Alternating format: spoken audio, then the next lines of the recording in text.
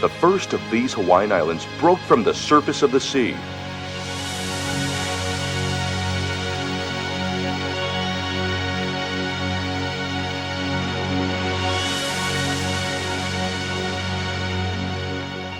Over the eons, plants and animals floated over the sea and washed up on Hawaii's new beaches.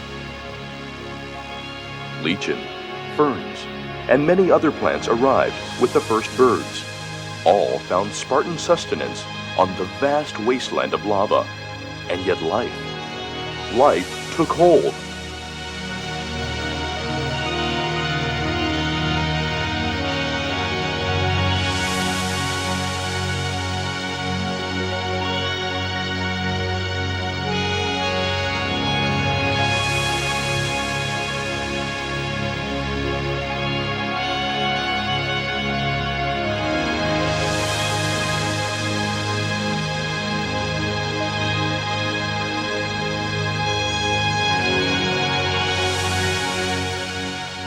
Fertile plankton, adrift in the western Pacific currents, colonized the island's underwater shelves, feeding a wealth of sea life, whose descendants can be found today in the waters around our islands.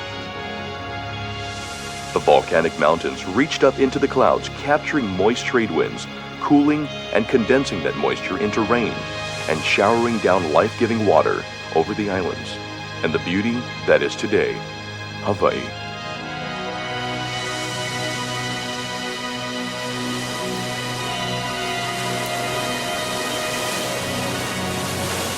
All that remained was for humankind to discover paradise. 1,000 years before Columbus, people on islands near New Zealand and Tahiti watched a tiny golden bird, the plover, fly away to the north every spring. Where did the bird go? There must be other lands beyond that horizon.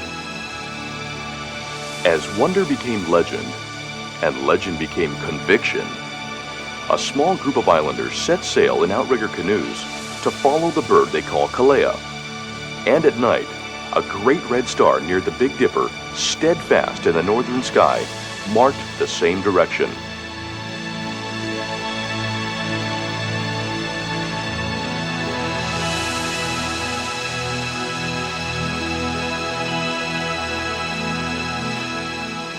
That light rises every night over the island we call Kauai.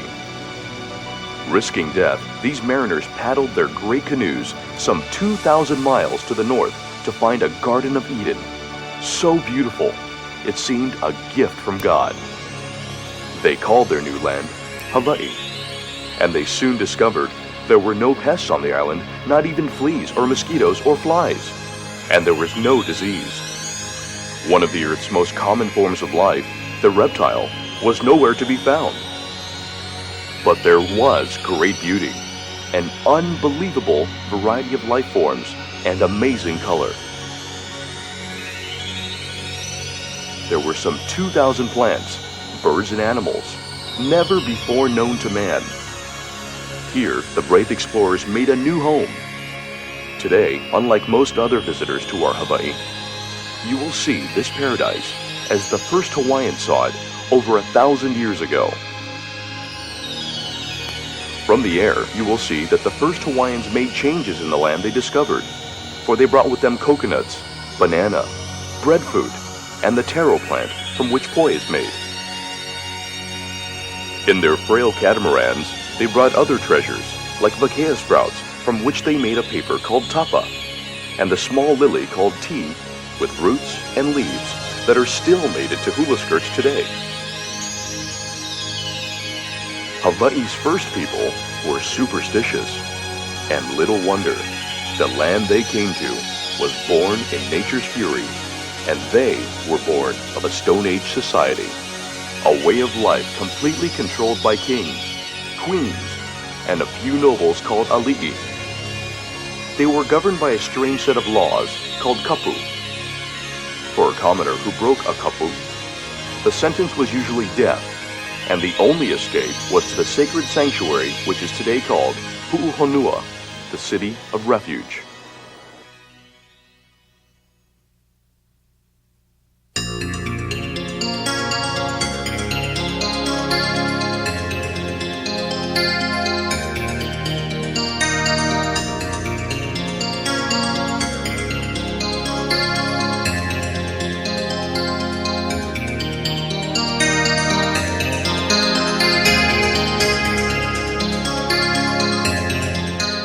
our flight today, we will avoid the cities and head for the countryside to see the wonders of nature that have made the Hawaiian Islands among the most popular destinations on Earth.